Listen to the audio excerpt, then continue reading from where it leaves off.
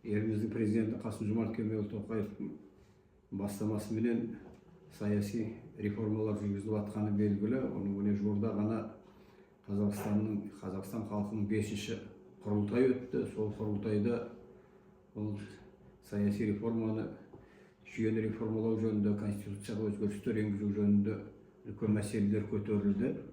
Оның енді ең бастысы мынау қазір мәжіліс парламентіміз бұрынғы 2 палаталы парламент, енді 1 палаталы парламент болатын болды. Оның аты өзгерді, құрылтай деп аталатын болды. Аты өзгеріп, оның мәні де өзгеріп жатыр. Енді бұрынғы қос палата болатын болса, енді жалғыз палаталы парламент болатын болды. Құрылтай одан қалды. Мынау құрылтай менен жаңағы ассамблеяның негізгі функцияларын қосып, Қазақстанның халық кеңесі құрылып жатыр.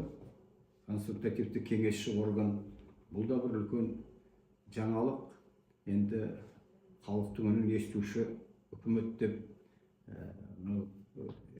жалпы қоғамымызды демократияландыру процестері жүріп жатыр. Азаматтық қоғам менен биліктің арасындағы байланысты жақсарту жөнінде үлкен жұмыстар атқарылғаны белгілі. Бақылау туралы заң қабылданды, басқа да заңдар қабылданып, осының барлығы халықтың билікке араласуына, халықтың сол жаңағы саяси реформаларға араласып, өзінің белсенділігін арттыруға үлкен үлес қосып жатыр. Осы 22-ші жылы үлкен өзгерістер болғаны белгілі. Конституциямызға 55 өзгеріс енгізілді. Енді соның жалғасы бүгінгі күні тағы да өзгерістер енгізіліп жатыр.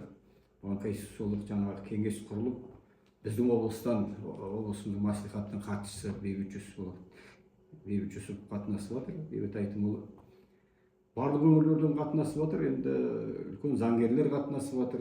Жалпы конституция енді түбегейлі өзгеріп жатыр ғой, көптеген өзгерістер. Енді жаңа жобасы шықты, оқып қарап жатырмыз. Бұл енді заманның талабына сай, заман өзгерді.